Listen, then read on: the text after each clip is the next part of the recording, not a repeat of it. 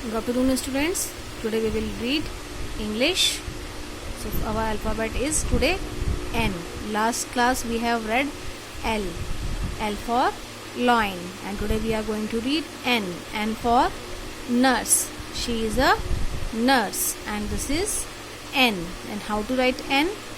First standing line, then slanting line, and then again standing line. In this way you will write N.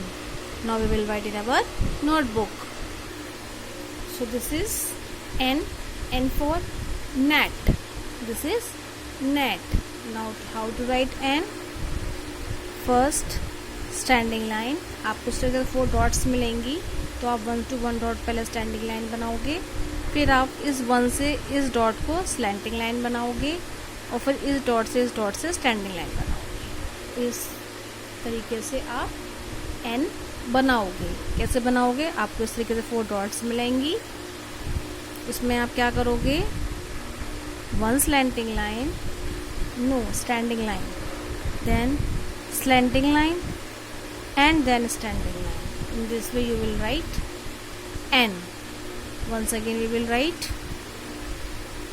standing line, then this dot to this dot slanting line, and then standing line. In this way you will write N.